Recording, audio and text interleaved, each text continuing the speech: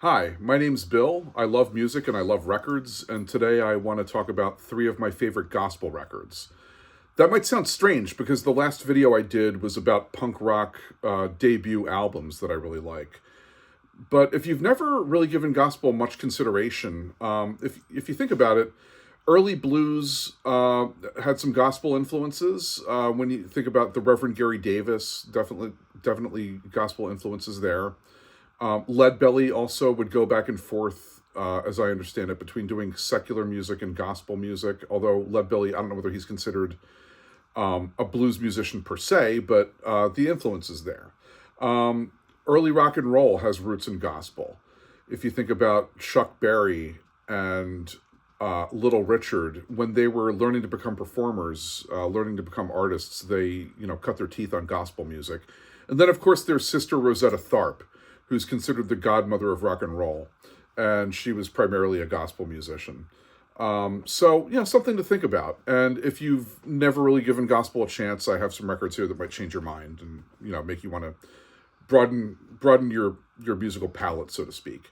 So the first one I want to talk about is this record. It's called "Like a Ship Without a Sail" by the pastor T.L. Barrett and the Youth for Christ Choir. This is a Chicago-based album. It came out around 1971. Original pressings are scarce. They're valuable, and they are very collectible. Fortunately, this has been reissued several times over the years by Light in the Attic, by Numero. I'm not quite sure how to pronounce it. I have a Vinyl Me Please pressing on splatter vinyl, which is kind of cool. This is kind of what you'd expect from a traditional gospel album, more or less. It is a full choir with soloists. There's drums, piano, organ, bass guitar. It's really good. And the one thing that strikes me about this is there's a lot of reverb on this. You can hear the reverb, the music and the vocals just like bouncing off the walls in this one, and you really get a sense of space. You feel like you're in the auditorium, in the the church where they're holding the service. You feel like you're there. One of the outstanding tracks on this is called "It's Me, O Lord," and that's the third track on the first side. And 2 minutes in, there's this incredible breakdown that's just irresistible. And if you don't like that, I don't think you'll like anything on this record, because that's really just an outstanding track. It's been sampled by several artists. This is readily available and definitely worth grabbing. So that's Like a Ship Without a Sail. The next one I want to talk about is the Reverend Charlie Jackson. This is called God's Got It, the legendary Booker singles. And back when I first started collecting records, this is one of the first albums that, not one of the first albums I bought, but it was one that I bought early on. This came out around 2003, 2004 on Crypt Records. And it's not an album, it's a compilation of singles by the Reverend Charlie Jackson. This was a blind buy that I bought from a shop in Bethlehem, Pennsylvania called Play It Again, which is no longer around, but it was a really popular record store for many years in the Lehigh Valley. So something that struck me about this was this black and white photo on the front. There's the Reverend Charlie Jackson playing guitar and singing, members of the congregation clapping along. This looks like it came from someone's scrapbook or something. It's just I knew this would be something authentic. I knew it would be something real and just intriguing. And I was not disappointed when I put this on. So the singles here are from the 1970s. Reverend Charlie Jackson was a Louisiana-based guitar player and singer and reverend, obviously. And he started playing the blues when he was young, but according to the liner notes, his mother encouraged him to gravitate towards spiritual music, and that's what he ended up doing. The production value is sparse.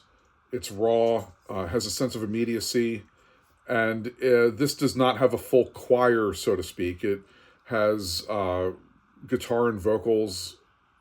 Um, Occasionally, there's other singers that come along. There's some clapping. Reverend Charlie Jackson has a booming powerhouse voice that really just shakes the room. And this is music you can feel. It's music that you experience. I think it would be hard for someone to listen to this and be neutral about it, or to not have an opinion on it.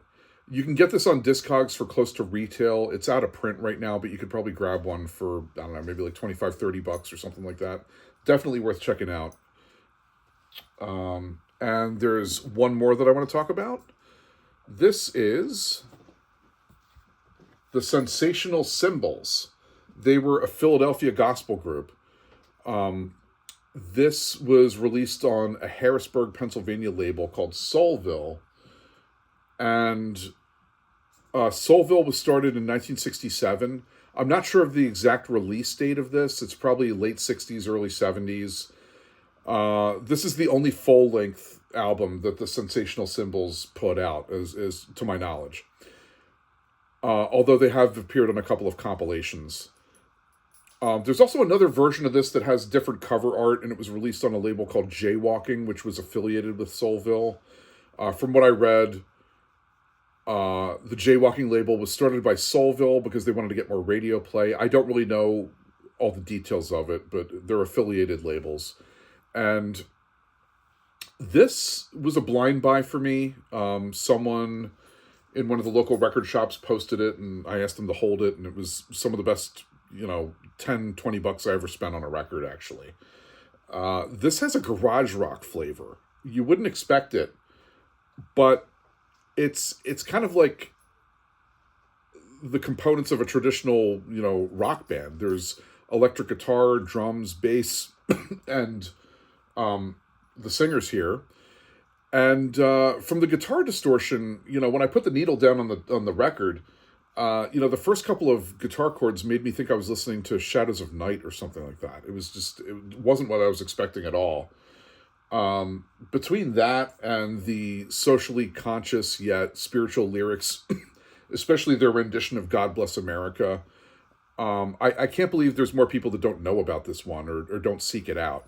You can still get it for, I don't know, probably between $30 or $50 on Discogs. It's a really good record and definitely worth checking out, the Sensational Symbols.